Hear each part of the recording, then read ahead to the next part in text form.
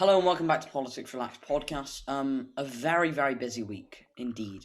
So much to talk about, not that much time. So let's get straight into it. Today we are going to be talking about the disgusting murder of Sarah Everard and the protests that followed. We'll also be talking about the new police bill that Priti Patel has just introduced. And finally, if we get time, we'll talk about the European vaccine rollout and why it stopped. Just turn your camera off. All right, it doesn't matter. We'll power through. I want to start with the disgusting murder of Sarah Everard. I don't think we need to focus on the murder as much because I think we're all in agreement on this. It was absolutely despicable, and we think it's Wayne Couzens currently. Obviously, he hasn't been convicted yet, but he is in court currently. And I believe that he should be arrested and face the full force of the law. And I'm sure everyone agrees with me. There was an absolutely despicable murder, and that's why we're more going to be talking about the aftermath on social media. For example, the many, many women that have come out with testimonies, the hashtag not all men trend, and also the protest, of course, we will focus on. So would anybody like to start on any of those points, really, and then I suppose we'll just get into discussion about it. Daniel. Well, I was, basically in the last few days, my entire Instagram stories has been flooded by, girls blaming men for, these sadistic murders, and what I think is, the matter with this is that, both sides have become so polarized over women's safety, and I think that it's neither men's fault or women's fault that this is happening. I think it's rapists and murderers' fault. And I don't think the two sides have become so extreme in their messaging. It's just the only thing that matters is women and girls' safety. Can you expand on that point a bit more? Because it was very much like, oh, women are posting things that are saying all men are bad. Can you give an example for just expand? Well, the educate your son and don't protect your daughter. Or something, and it's just a bit of a it's not all men, but it's enough men. It's like a very small percentage of men who do these crimes. Well, it's 97% of women have been sexually harassed, according to a UN study first published in The Guardian. Yeah, but that's not 97% of men committing those crimes, is it? No, but it obviously shows. Yes, we all know the statistics lying around. It's not yes, it's 97% of women who face sexual harassment. It's not 97% of men who have done those, things. To me, that shows that there is enough men. I don't know if it is the same for you, but on addressing your main point, which was it's just polarizing and it's blaming all men. I want to find an example of where they blame all men. For example, you bring up the point of educate your sons. Well, we should be educating every single person on consent and on how to treat people with kindness and respect. And we already. Why should we why are you disagreeing with that? That's all it is saying. Respond, yeah. I'm not disagreeing with that. I'm saying that we already teach men about consent, and we already teach men about these crimes. There's always going to be a very, very, very small percentage of men who commit these crimes, but it's a very small percentage, and it's none of our fault here. I bet none of us know somebody who has committed one of those crimes. Well, I'm going to move on in just a second, but 97% is the figure that I'll just repeat again, because it's obviously not working, because 97% of women have been sexually harassed, and misogyny is still obviously a problem. If you've been reading some of the testimonies that have been coming out of this, then I'm sure you'll agree this is still a huge problem. Tommy? I've made this point very clear when I've been debating the 97% statistic. It's, of course, filed under sexual harassment, not sexual assault, which verbal does fall under. And I don't think verbal harassment should fall under that 97% bracket. Obviously, I think it's being used as a fear or panic tactic, I guess you could say. There's a law which states that the victim can choose whether it was harassment, which can drive the figures significantly up. And in 2000, we saw that 5% said they have been harassed at some point in their life, which 5% is still not a good figure. But I don't see how 5% can jump to 97% in 20 years, because there's been no, in fact, there's been less from what we've probably been seeing and teaching in our modern day, less of these crimes being committed. So I don't see how it can take such a high jump. I ask where you get those statistics from because I've got one from Rape Crisis here that says it's 20% for women and 4% for men. So I'd ask where you got those statistics, and also where's this law? Sorry, that a law. You say a law that women decide what sexual harassment. Where's this law? Sorry, is it America or UK law? I believe it's UK. And do you have any more information, or is it just like women decide what the law is when they choose? Like, to me, that They don't decide the law, they decide the status of the crime, which I think should be up to a judge or jury, not the actual victim. They can have a say in it, but I think it should be held down to a lawful and an ethical jury. That's a very different point to what you've made, because anybody can, like, we have a system of law where like anybody can take people like to court, and of course they choose what their crime is filing against, unless it's like a police matter. Cameron. Yeah, well, firstly, I want to say I think it's important that we capitalise on the moment that we've seen at the moment, because what we're seeing now is we are seeing, whether you agree with the statistics that are coming out or not, what we are seeing is women telling clear accounts that they feel uncomfortable with some of the behaviour of some men, and that they feel as though that is having a negative impact on their lives. And clearly, as men, which all of us on this panel are, we are able to make small mentality, behavioural changes to both to us and those surrounding us in society that will help to improve the situation. Because the most important thing, in my view, is that we make sure everyone in society can feel safe on the streets. We need to make sure that both women and men can do that. And it's true to say that we're not going to be able to ever eliminate every single person who wants to commit sexual harassment, but through education, through making sure we've got the right legislation in place, which in my view we do, but also making sure that we've got the prosecutors who are going to actually take these these legal processes and implement them correctly, and make sure the support is there to be provided to victims of this kind of behaviour. If we make sure that we've got all of that in place, we can certainly implement bigger behavioural mentality changes around society. And I think that's the way you've got to look at it, not moaning about certain statistics or whatever. I don't think that's helpful or constructive. 100%. You make a really, really good point there. And I mean, that is a good point. And nobody's saying it's all men, right? I'm not saying it's all men. No one on this panel is saying it's all men. Like, and that is like a really good point. Rajan. Yeah, so obviously everyone's already said that the point of this is that we need more education. But I think as well as BLM, we have to also appreciate that a lot of us are already being educated because there's such a global movement right now.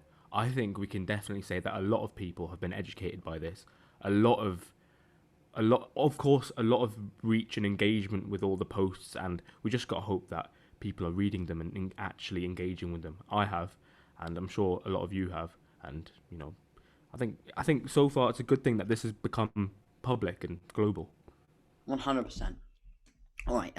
I do want to move on now to the protests, because obviously, we saw like some of them shocking scenes from Clapham Common, where there was a vigil held for Sarah Everard, and the police are being criticised heavily for their heavy-handed response. So, Tommy. I'm in complete support of the vigil, and I'm not in support of the way that was carried out. I think it is important to show solidarity to the family and to the victim at this time. It's obviously going to be very hard for them. But I think, well, by the letter of the law as well, it was an illegal gathering, I guess you could say.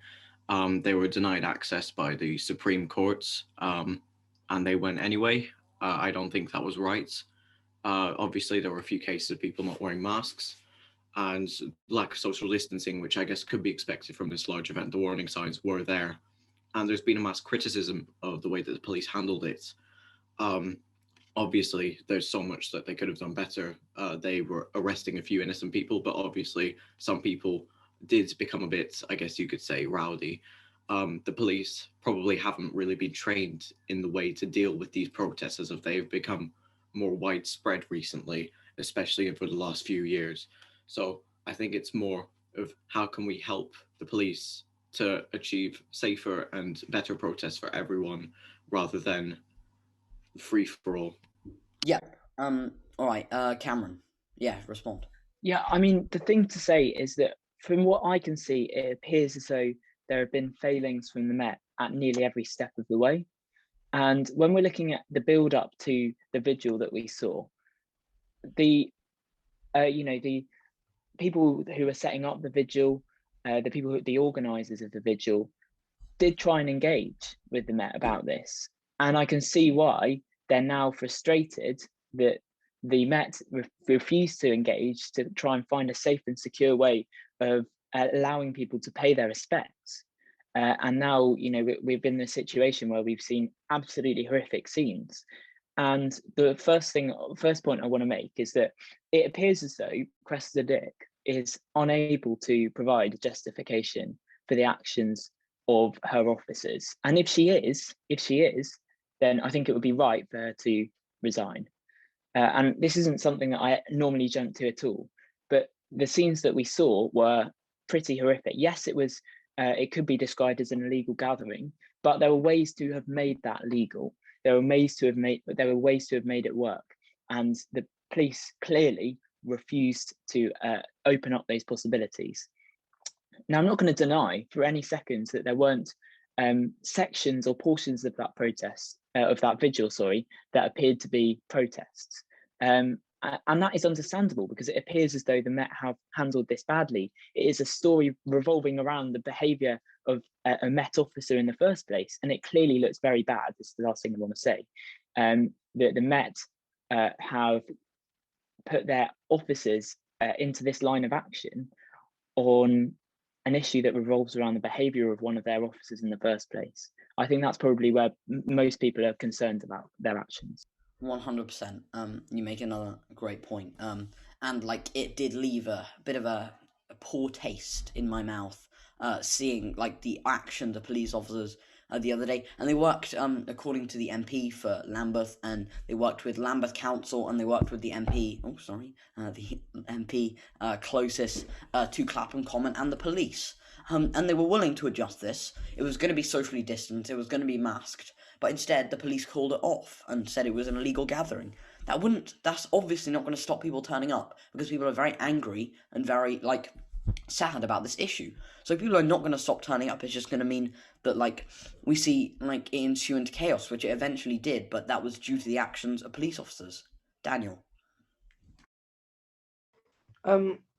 If this was a protest, if it was a peaceful protest, the vigil, I would support it. This was a peaceful protest. But this was a vigil. This was an illegal gathering that really, in my opinion, wasn't going to, do much. You can't protest against rapists. You're not going to go up to someone and say, stop raping her. There's no reason to pay your respects to her. She did nothing to, it's like, protesting somebody's random death. I don't get much point of why they couldn't have had this vigil at home or socially distant. Or in groups of two. I don't get why they had to go outside to risk more women's lives.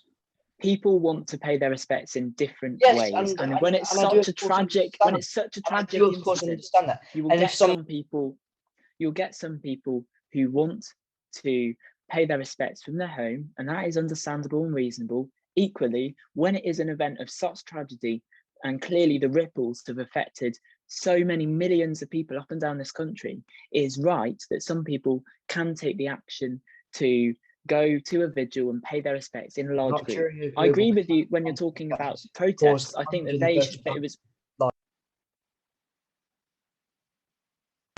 I think there's more important things to do.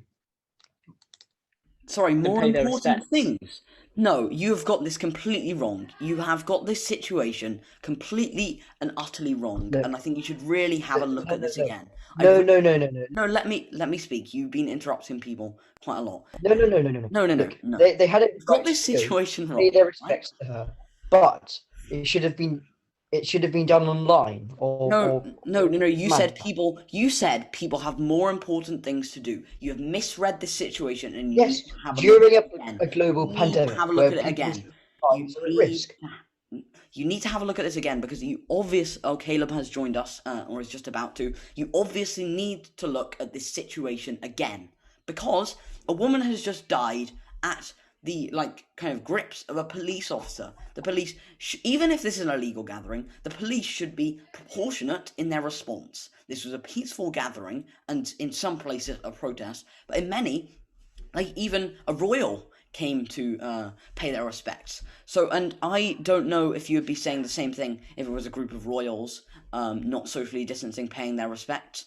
And I think you've got this one very wrong. Your response. Mine, okay.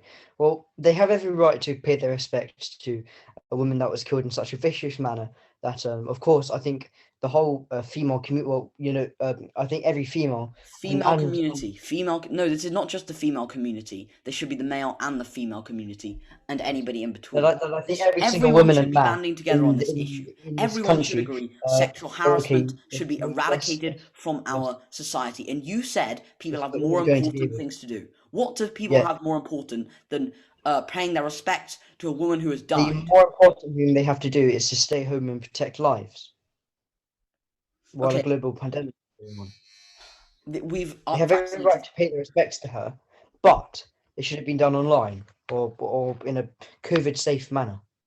The protest was there to work. I'm going to move on in just a second, but the protest was there to work with the police. They were working with Lambeth Council and they were working with the MP.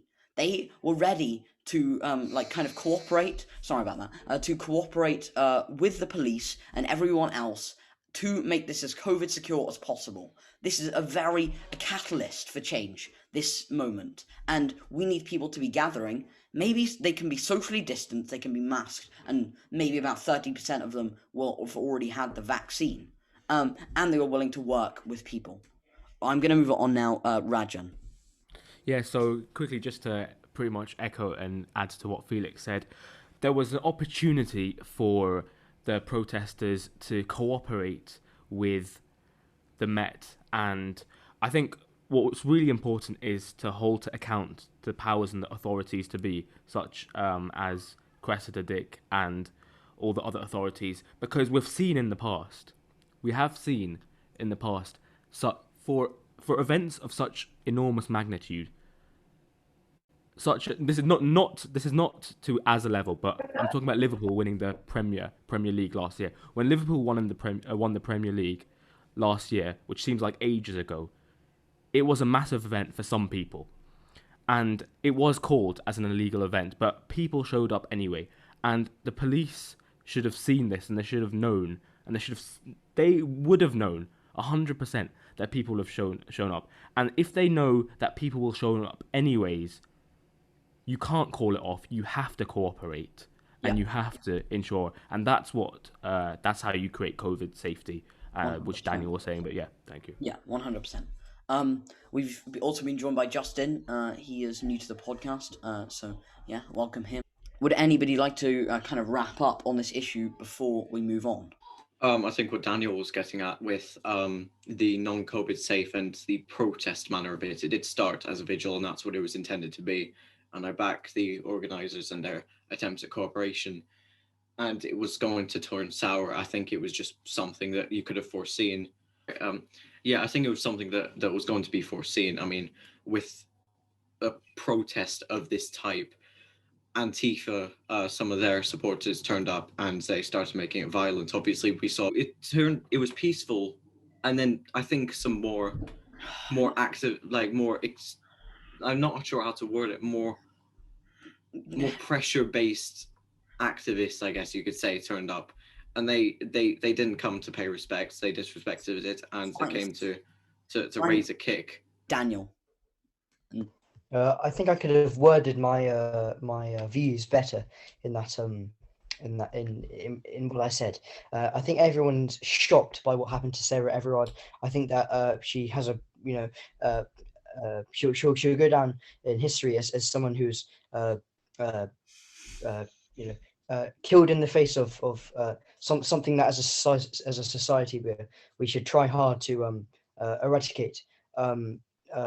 And I think that they have the right to respect her death and to respect her passing. But I think they could, if the Met had worked better with them, they could have made it COVID safe. What a fantastic, totally contradictory point to the prior point. No. It's not. It's the exact same They point. don't really coexist, do they? They don't really coexist. It wasn't. No, it does. My point before was that it should be COVID safe, that they have the right to protest, to respect her passing, and that's exactly what I meant. And the meeting's about to. So yeah, Daniel admitted he's changed his mind, and I'm glad he's changed his mind because he was wrong on this issue. And it's all right to admit you're wrong, which he has done.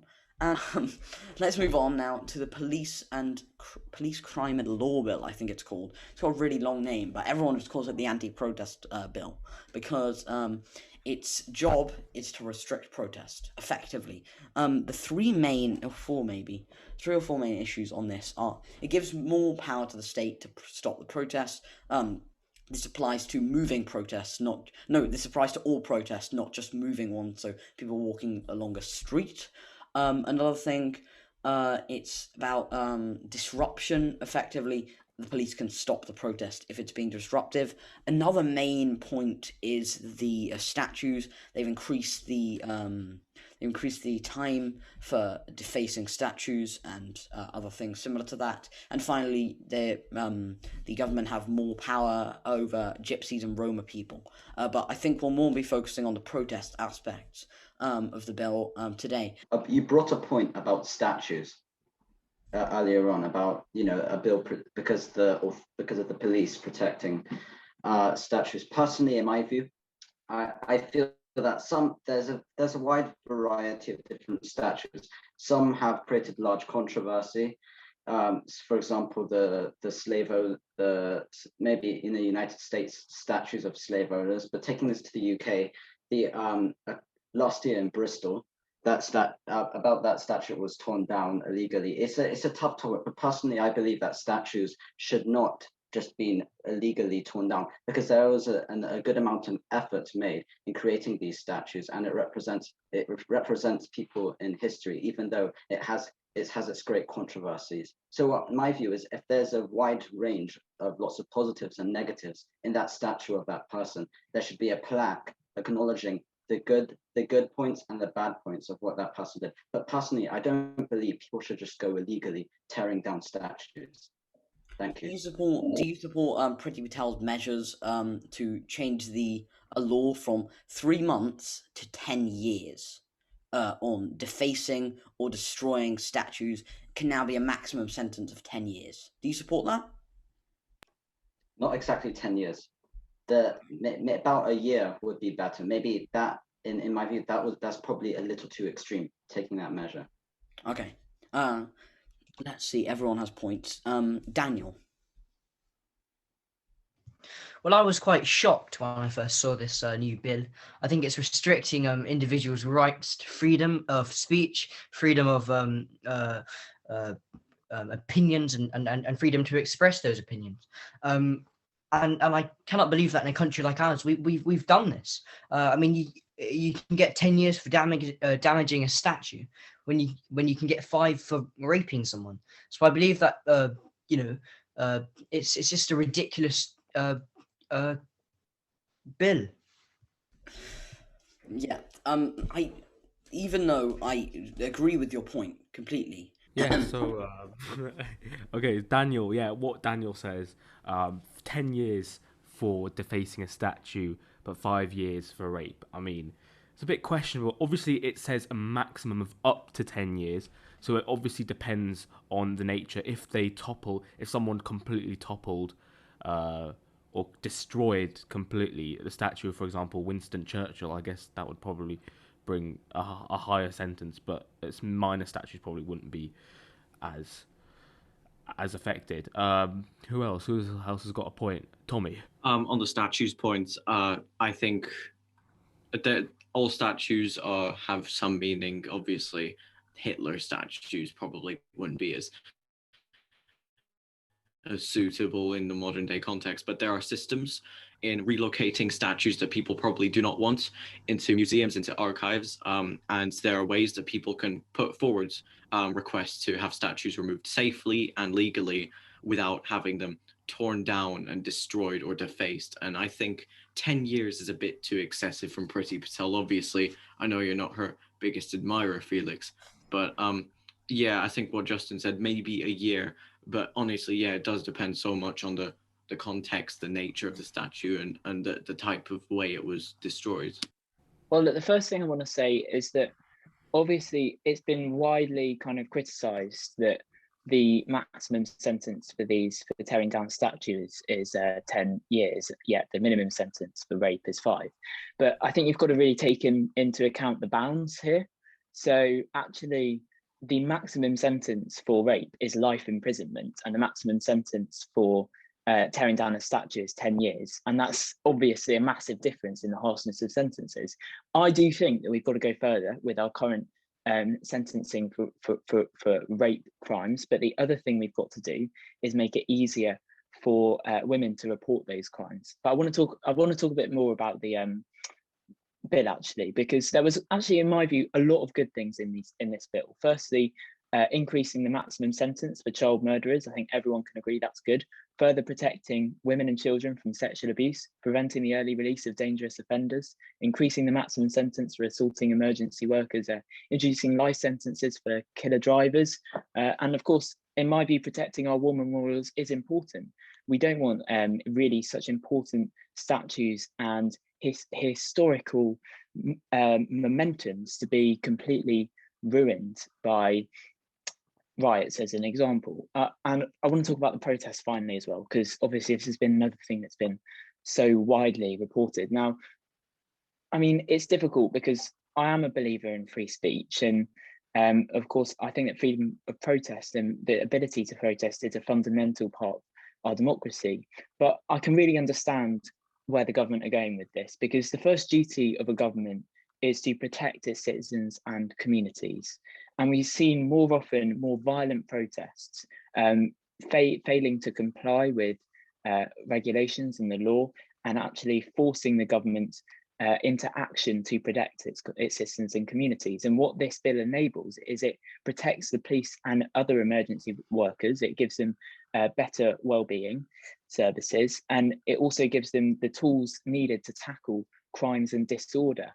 And I think that's important, because what we're seeing now is more disruptive protests that are, firstly, they are stopping people from working, ordinary working people from getting to their jobs, to make their livelihoods, to sustain their families.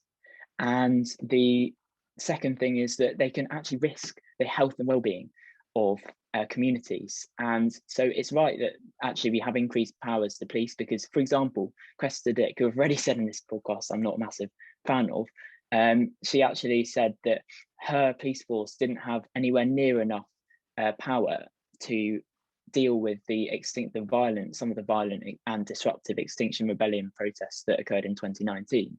And whether you like it or not, she is a professional. She knows what she's talking about. So my views clear on this, which is that overall the bill introduces a lot of important stuff. I think on the rape issue, it needs to go a little bit further in the future, but that's separate legislation altogether, in my view. So to continue on what Cameron was saying, what the bill states is that only serious disruption will be intervened in, which does not include peaceful vigils and peaceful protests. A protest that causes serious disruption, it's not for ones that like just distracting people in a nearby office. Examples of something for serious disruption would be blocking bridges and roads, stopping pedestrians and traffic, And also we saw last year a lot of trains being blocked, people being glued to buses. That's the sort of thing where serious disruption must be intervened into, and that's why this bill has been created, to give the power for police to intervene in these matters. The problem with protesting is all well and good, but the problem that the government have identified is that when protests have a possibility to affect lives, that's where the line is drawn, and that's where the bill has been introduced, and that's why it has been introduced.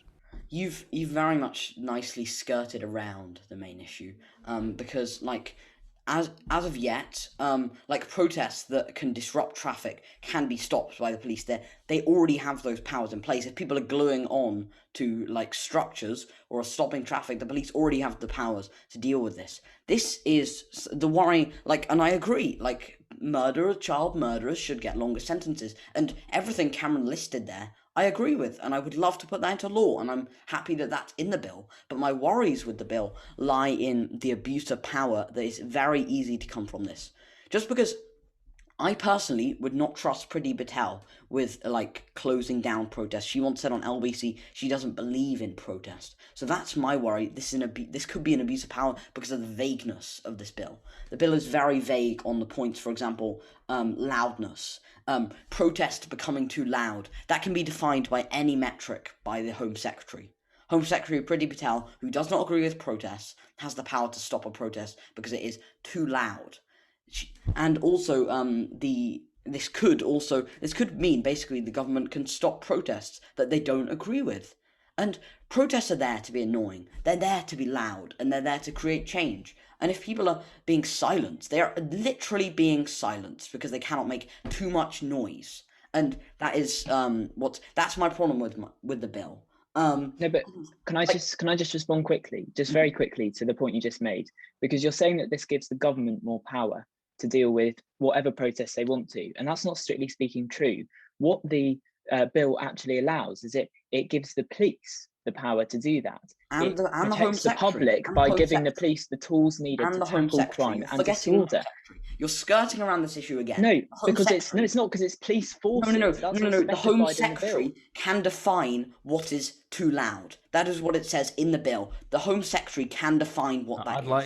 I'd like to disagree, because from what I understand, it's when there is an intentional or reckless public nuisance, and the key word is reckless. No. That's a different point. That's not about. No, but that's about the noise. That's about the noise. The public. It's not about loudness. No. This is the public. Public nuisance. Public nuisance is also part of loudness. No. Public nuisance is a different area of the bill because it's now been public nuisance is increased to 10 years sentence in protest. So that's a different part of the bill you've aimed at. You're not actually talking about the specific part where it talks about how the Home Secretary can define what is too loud. What was on the loudness part of it then? The loudness part was if there's a very vague kind of thing, which is the Home Secretary can define the disruption and the loudness. Does it actually say that in the bill?